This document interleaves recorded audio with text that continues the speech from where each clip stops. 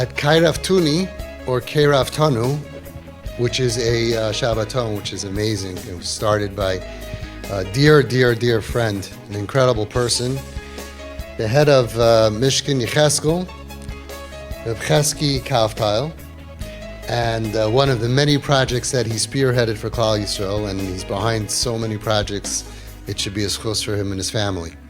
And there was a speaker there, Rabbi Breyer, and he said over this amazing, incredible thing in Yiddish, so I'm going to repeat it in English for those who didn't understand. There was a kid, about 17 years old, Matzah Shabbos, he tells his parents, I need to speak to you. Parents come in the room, what's going on? He looks very sad, he says, listen, I have some terrible news for you. I'm done with Yiddishkeit. I'm going OTD, off the derech, I'm done. I'm not interested, I'm not religious, I'm not learning, I'm not going back to yeshiva. So, what's going on? We didn't see anything coming. When did this happen? I don't want to talk about it. Listen, don't make such a drastic move. Maybe we'll go speak to an askin, someone's going to speak to you, maybe you need therapy. I'm not speaking to anybody. I'm done with this whole thing, done. They were heartbroken, they were crying a whole night, saying to Hillel, they didn't know what to do. Sunday morning, the father is expecting the worst. Who knows what he's going to look like and what he's going to do. And he sees his son somehow. He sees him getting up and going to Shacharis. Hat, jacket, tefillin. So he figures, okay, maybe he wants to get one last Shacharis in and then he'll go off the derech. So he's like, okay, bye, see you, and then unbelievable, later he comes back from Shacharis and he's going to yeshiva. Incredible. He's going to yeshiva. He stays a whole day in yeshiva. He comes back at night. He figures, okay, maybe this is going to happen now. Maybe he wants to say goodbye to his friends. And he's just like, can you imagine the anxiety waiting for this thing to shatter? And he comes home and, no problem. He's going back for night seder and he's going to mincha and he's going to Maariv. And then at night, they're just like waiting. And then you see him saying Shema and they can't figure out what's happening. And the next day, the same thing.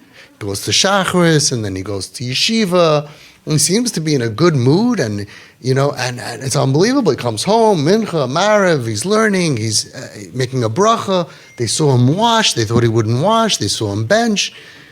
After a couple of more days, the father says, I don't understand. Didn't you tell us, Matzah Shabbos, that you're going off the derech, and you're done with this? He said, yeah, I am. I'm off the derech. He says, what do you mean you're off the derech? You got up for Shacharis, you davened, you went to yeshiva, you learned. I called to ask your Rebbe, he said, you were learning, you came back, you went to mincha, you went to Maariv, you benched, you said Shema at night, and he said, listening, everything, what do you mean? He goes, no, I'm off the derech. He goes, what are you talking about? Look how many things you're doing so much. He says, when I was on the derech, all you notice is what I wasn't doing good enough. But since I went off the derech, you notice everything that I'm doing good. It's a very powerful lesson. Very powerful lesson. We have to remember to be idud, encouragement for our children. Encouragement for our children. Sometimes they're not doing as good as they can. You have to be careful to learn how to motivate and what motivates children.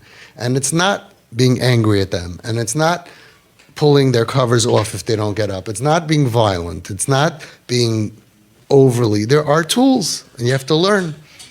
But we have to make sure that they shouldn't think that, like, if I go off the derech, then you'll appreciate everything that I'm doing. But from regular kid, all of a sudden, all you notice about me is what I'm not doing good enough. Good lesson.